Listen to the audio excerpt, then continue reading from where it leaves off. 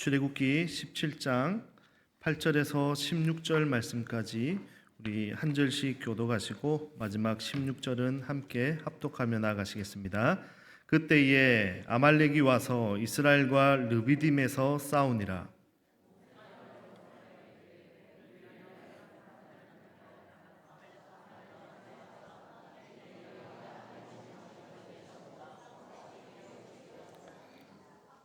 여호수아가 모세의 말대로 행하여 아말렉과 싸우고 모세와 아론과 훌은 산 꼭대기에 올라가서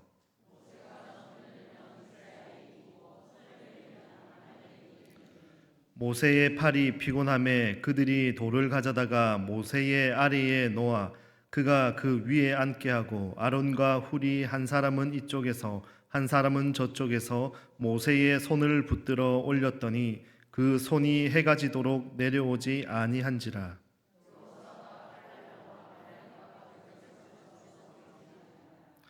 여호와께서 모세에게 이르시되 이것을 책에 기록하여 기념하게 하고 여호수아의 귀에 외워 들리리라. 내가 아말렉을 없이 하여 천하에서 기억도 못하게 하리라.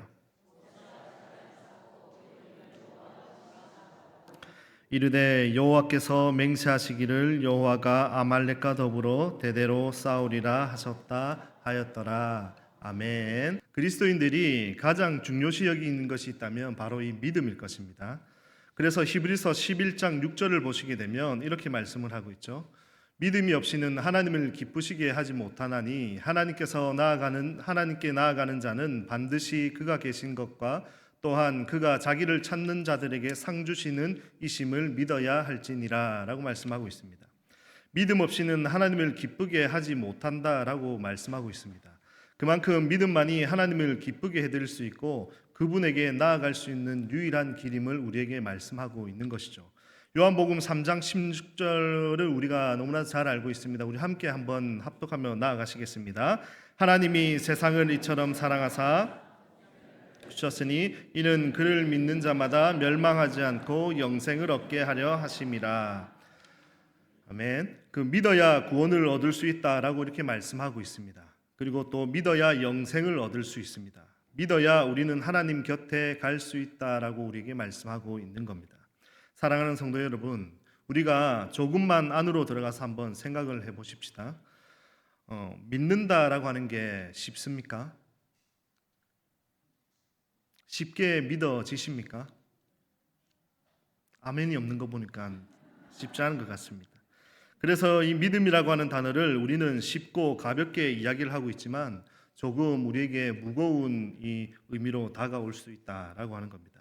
누가복음 18장 8절에서 이렇게 말씀하고 있는데 내가 너희에게 이르노니 속히 그 원한을 풀어주리라. 그러나 인자가 올 때에 세상에서 믿음을 보겠느냐 하시니라 라고 말씀합니다.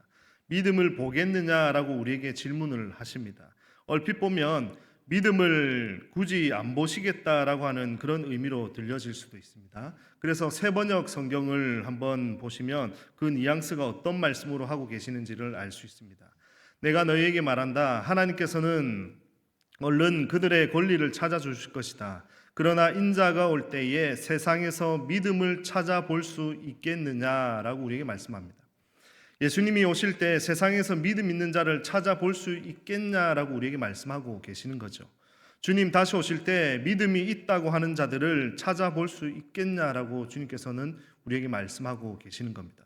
그렇게 말씀하시는 그 근거를 디모데후서 3장 1절 이하에서 이렇게 말씀하고 있는데 너는 이것을 알라. 말세에 고통하는 때가 이르러 사람들이 자기를 사랑하며 돈을 사랑하며 자랑하며 교만하며 비방하며 부모를 거역하며 감사하지 아니하며 거룩하지 아니하며 무정하며 원통함을 풀지 아니하며 모함하며 절제하지 못하며 사나우며 선한 것을 좋아하지 아니하며 배신하며 조급하며 자만하며 쾌락을 사랑하기를 하나님 사랑하는 것보다 더하며 경건의 모양은 있으나 경건의 능력은 부인하니 이 같은 자들에게서 네가 돌아서라 라고 말씀하고 있습니다.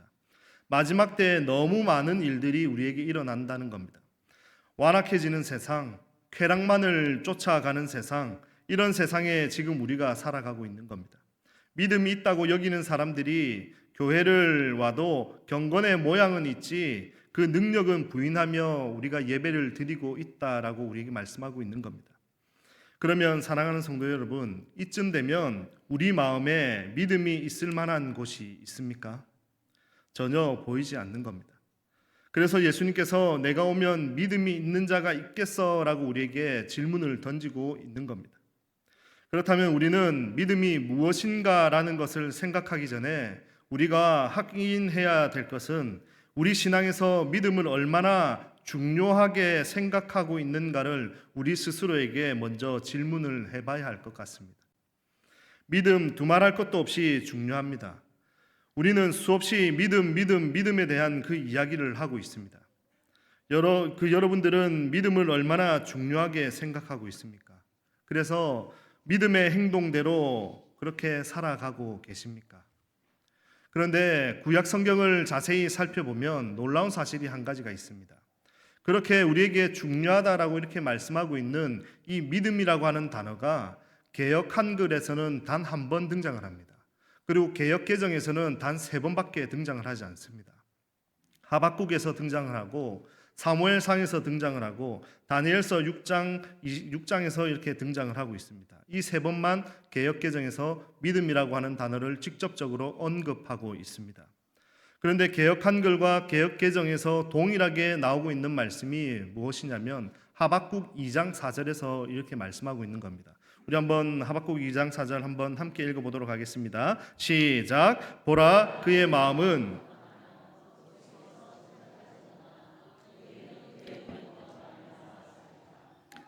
여기서 나오는 믿음이라고 하는 단어가 바로 이 히브리어 에무나라고 하는 그 단어를 사용하고 있습니다. 그 뜻은요, 확고함, 성실, 진리, 믿음, 성심, 직임, 진실이다라고 하는 그런 뜻을 가지고 있습니다. 분명히 믿음이 너무나도 중요한데 구약 성경에서는 이 믿음이라고 하는 단어를 직접적으로 언급하고 있는 게 바로 이 하박국 2장 4절에서 뿐밖에 없다는 겁니다. 그런데 우리가 조금 더 깊이 이 구약 성경을 살펴보게 되면 직접적인 그 믿음이라고 하는 단어로 사용을 하고 있지는 않지만 이제 에무나라고 하는 말을 49번 구약에서 사용하고 있다라고 하는 걸 볼 수 있습니다. 믿음으로 번역되지는 않았지만 구체적인 그 믿음의 속성들을 이렇게 보여주고 있는 겁니다. 그래서 오늘 우리가 읽은 본문에도 이 믿음으로 이렇게 번역되지는 않았지만 이 에무나로 번역된 이 표현이 있는 겁니다. 믿음의 속성이 본문에서 드러나고 있는 겁니다. 어떤 믿음을 말씀하고 있는지 우리가 한번 살펴보면서 나아가기를 소망합니다. 오늘 본문은 애굽에서 고통받던 그 이스라엘 백성들을 하나님께서 모세를 통해서 구원해 주신 그 출애굽의 역사를 기록하고 있습니다. 이스라엘 백성들은 430년 동안 이제 노예 생활의 그 기간 동안을 거쳤죠. 억압받고 핍박받고 모진 고통을 당하면서 살아야만 했습니다. 노예로 살아가던 그들을 하나님께서 노예의 생활에서 벗어나게 해주셨습니다. 그 과정 속에서 홍해를 건너게 되었고요. 그리고 만나와 메추라기 그리고 양식을 얻게 되었습니다. 반석에서 물이 나오는 그 기적을 경험하게 되었습니다. 이 과정들은 순탄하게 이루어진 것이 아니라 우여곡절들이 많이 있었던 그런 일들이었습니다. 여러 어려움들을 겪고 은혜로 평탄한 그 시간을 지내겠다 생각을 했지만 문제는 또 일어나게 되는 겁니다. 문제의 그 문제를 만나게 된 것이죠. 그 문제는 육신의 배고픔과 목마름을 넘어서는 고통스럽게 죽느냐 사느냐의 그 문제가 이제 일어나게 되는 겁니다. 갑작스럽게 나타난 그 복병이었죠. 예상외로 아주 강한 적을 만나게 되는 겁니다. 철옹성 같은 아말렉을 만나게 되는 겁니다. 아말렉이 이스라엘을 공격해 오는 겁니다. 당시 아말렉이 굉장히 강했던 건 사실이었지만 그런데 그 아말렉이 강하기 이전에요. 이스라엘 백성들이 너무나도 약했던 겁니다. 노예 생활에서 벗어난 지 얼마 되지 않았던 그런 상황이었기 때문이죠. 생각해 보십시오. 이집트에서 노예로 있던 그 이스라엘 백성들에게 누가 전투 기술을 가르쳐 주겠습니까? 어떤 민족이 어떤 나라가 노예들에게 그 전투 기술을 익혀주고 군수 물자를 제공해 주겠습니까? 이스라엘 백성들은 이집트에서 그냥 벽돌을 굽는 일을 했을 뿐입니다. 주인집에 빨래를 하고 아이들을 돌보고 하는 그 허드렛 일을 했을 뿐입니다. 아무 전투 기술을 배우지 못했는데 어떻게 군사력이 있겠습니까? 만약에 그들이 출애굽을 하고 광야에서 한 3, 4년 정도 이렇게 시간이 지났다면 군사력이 이제 많이 발전했을지도 모르겠습니다.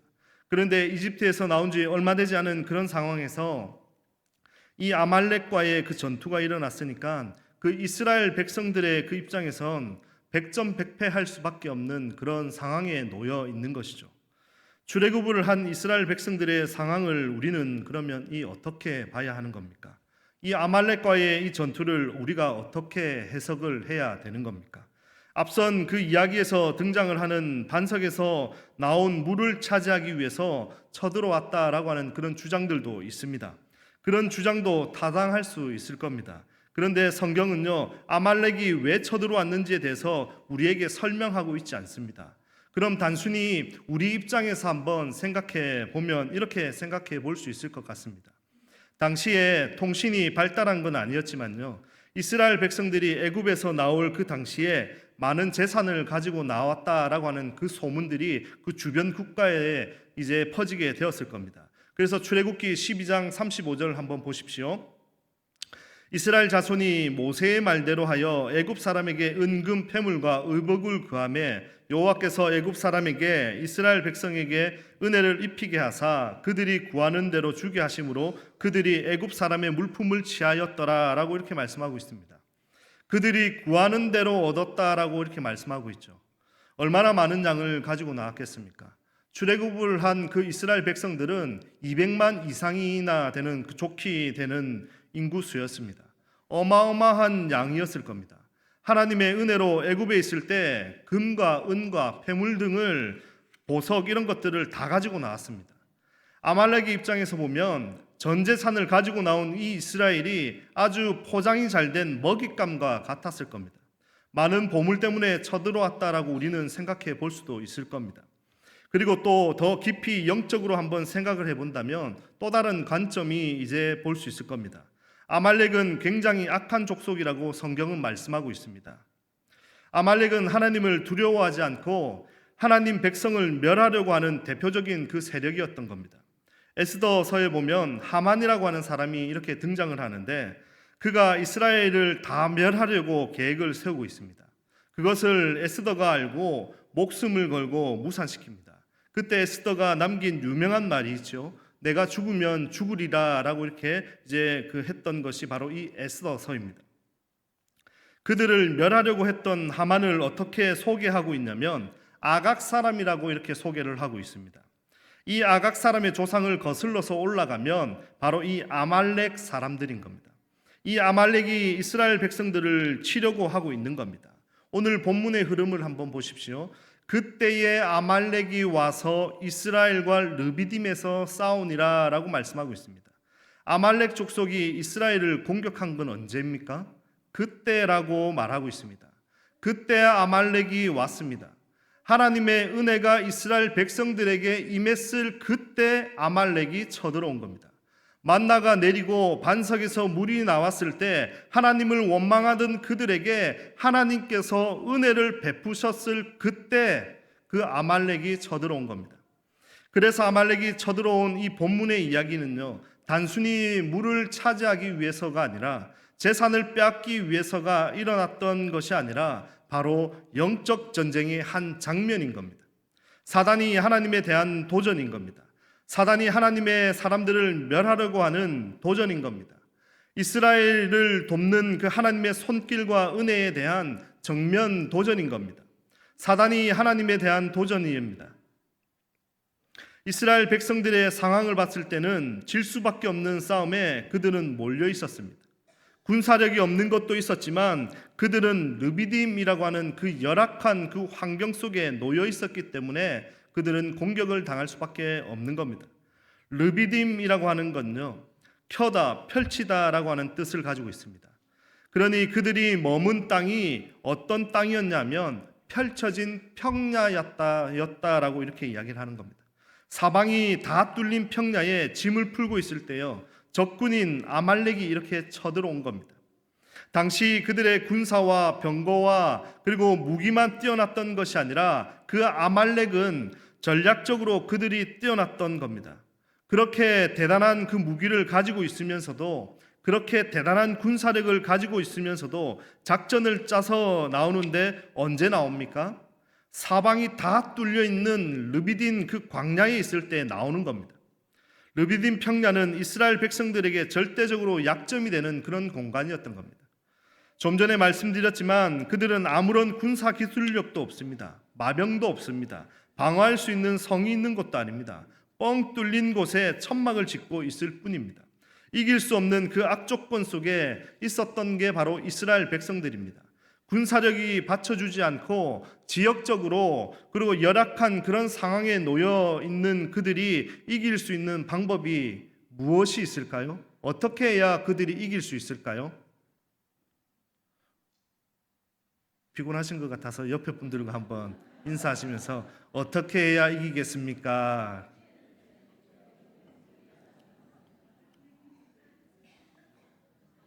어떻게 해야 이긴답니까? 예? 이길 수 있는 방법은 아무것도 없습니다.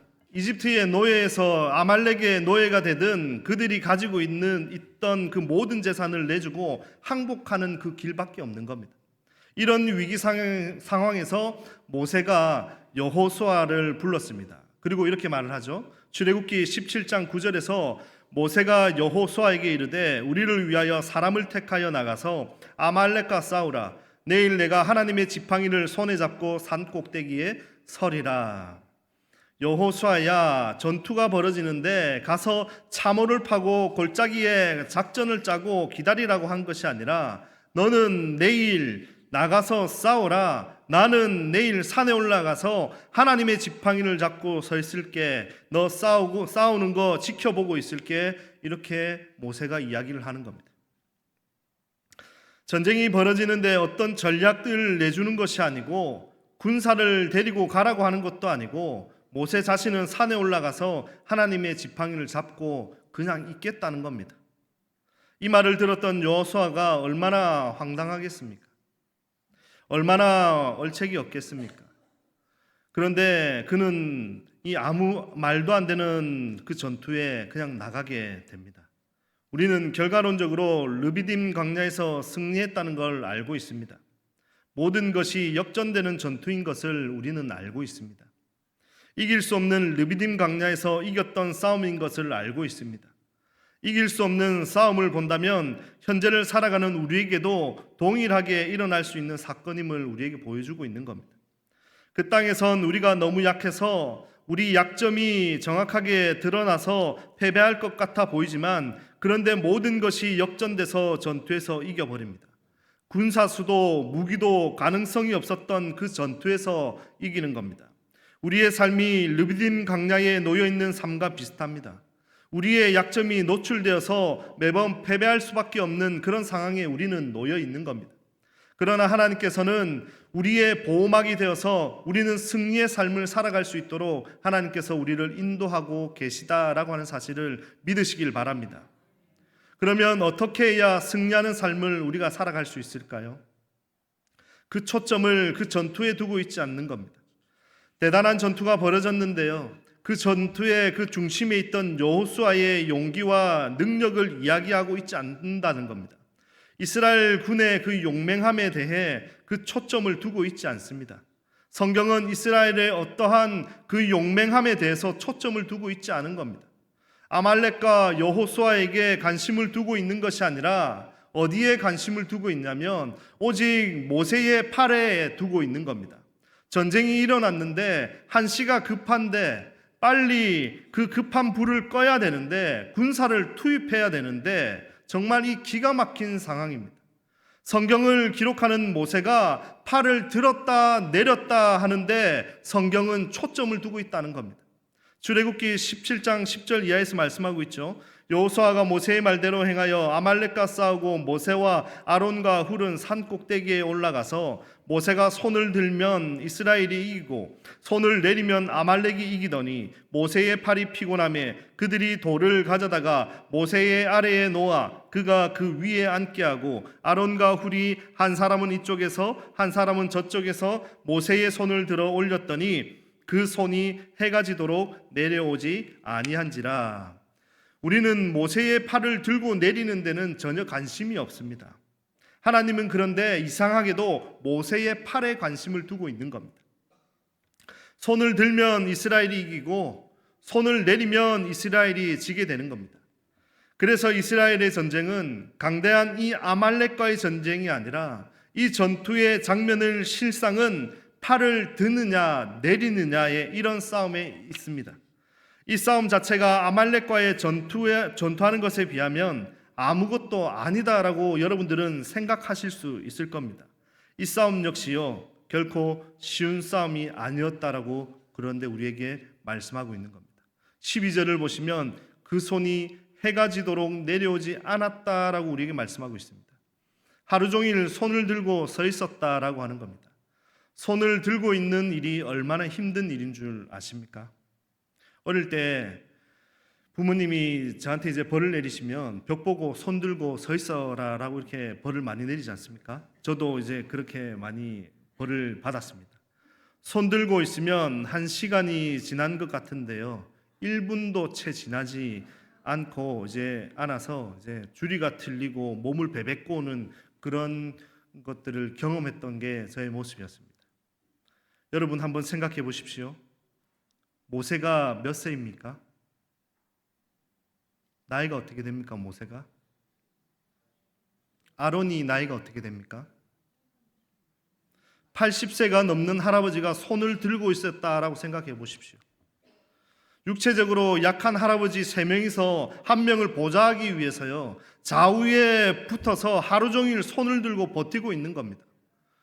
그렇게 해서라도 손을 들고 있으니까 어떻게 됩니까? 전쟁에서 이긴 겁니다. 참 폼이 안 나는 전쟁의 그 승리인 거죠. 그런데 이 폼이 나지 않는 전쟁의 승리가 우리에게 중요한 사실을 가져다 주고 있다는 겁니다. 폼이 안 나도 하나님을 붙들고 매달리는 것이 이기는 것임을 우리에게 보여주고 있는 것입니다. 여기에 우리가 서론에서 말씀드린 믿음이라고 하는 단어 에무나가 이렇게 등장을 하고 있는 겁니다. 12절에서 내려오지 아니한지라, 이것이 히브리어로 에무나입니다. 영어로 stay로 쓰고 있습니다. 흔들리지 않는 한결같은 확고한 버티는 그런 상태입니다. 이걸 믿음으로 표현하면요 어떻게 표현할 수 있냐면 버티는 것이 믿음이다, 버티는 것이 에무나다라고 하는 겁니다. 여러분의 삶의 자리에서 주님을 붙들고 버티는 것이 믿음이다라고 우리에게 말씀하고 있는 겁니다.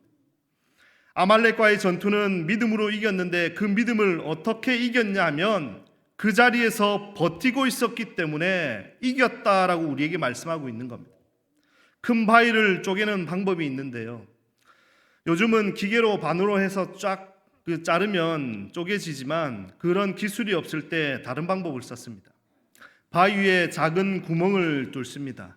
그리고 이후에 참나무 쐐기를 박아놓고 물을 3일 정도 주면 큰 바위가 쪼개지는 겁니다.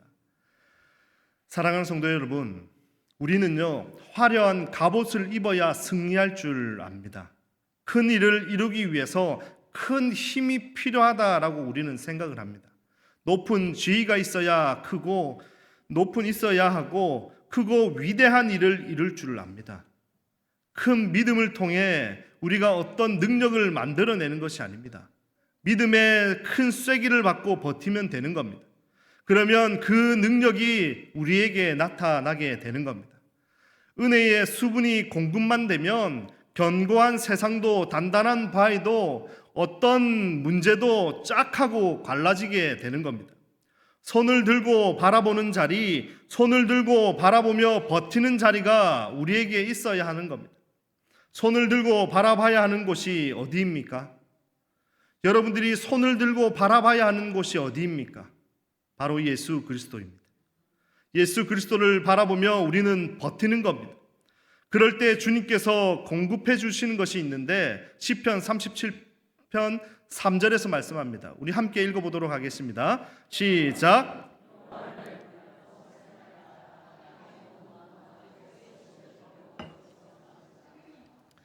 우리가 있는 그 자리에서 믿음으로 버티고 있으면 우리 주님께서 성실하게 은혜의 수분을 공급해서 세상의 문제들, 부서지지 않을 것 같은 문제들을 쫙 하고 갈라주신다는 겁니다. 은혜의 수분만 공급해 주시는 것이 아니라 영적 전쟁에서 승리의 노래를 부를 수 있도록 우리에게 해주시는 겁니다. 출애굽기 17장 15절 이하에서 말씀하고 있죠. 모세가 제단을 쌓고 그 이름을 여호와 니시라 하고 이르되 여호와께서 맹세하기를 여호와가 아말렉과 더불어 대대로 싸우리라 하셨다 하였더라. 믿음의 자리에서 쐐기를 받고 버티고 있는 사람들에게 우리 하나님께서 대대로 싸우시겠다라고 약속하고 계시는 겁니다. 이 싸움은 이스라엘 백성들의 싸움이 아니라 우리의 싸움이 아니라 여호와 하나님의 싸움인 것입니다. 우리 주님의 싸움인 것입니다.